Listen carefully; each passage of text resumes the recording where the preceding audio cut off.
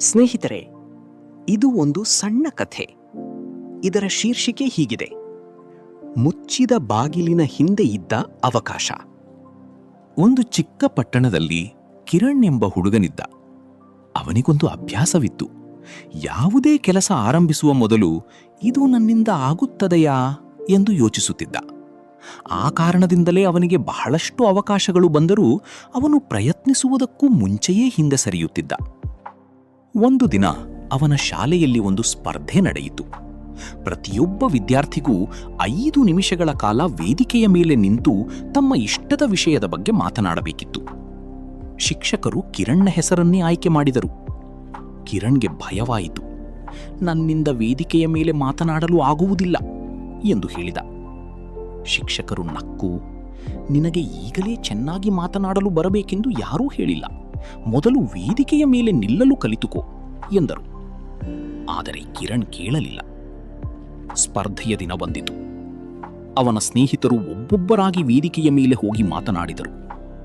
ಕೆಲವರು ಚೆನ್ನಾಗಿ ಮಾತನಾಡಿದರು, ಕೆಲವರು ಮಧ್ಯದಲ್ಲಿ ಮರೆತರು. ಒಬ್ಬ ವಿದ್ಯಾರ್ಥಿ ಸಂಪೂರ್ಣವಾಗಿ ಗೊಂದಲಕ್ಕೊಳಗಾದ. ಆದರೂ ಶಿಕ್ಷಕರು ಪ್ರತಿಯೊಬ್ಬರಿಗೂ ಚಪ್ಪಾಳೆ ತಟ್ಟಿದರು. ಕಿರಣ್ ಅದನ್ನು ನೋಡಿ ಆಶ್ಚರ್ಯಪಟ್ಟ.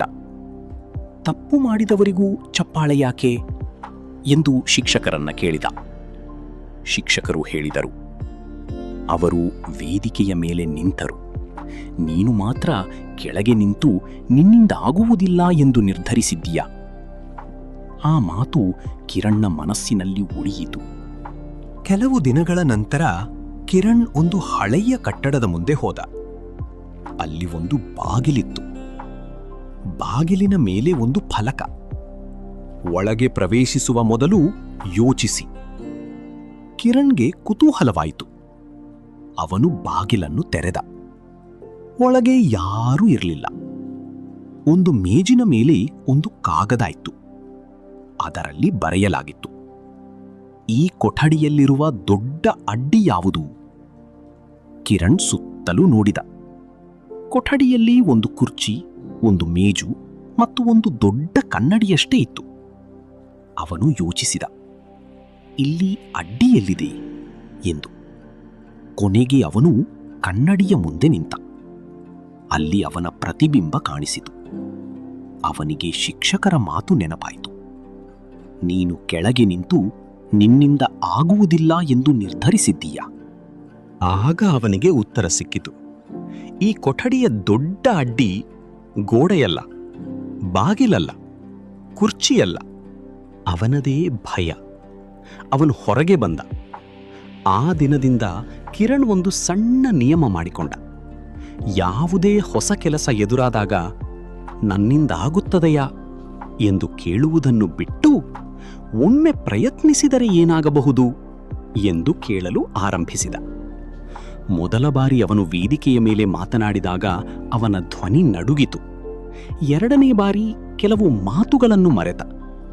3ನೇ ಬಾರಿ ಸ್ವಲ್ಪ ಚೆನ್ನಾಗಿ ಮಾತನಾಡಿದ.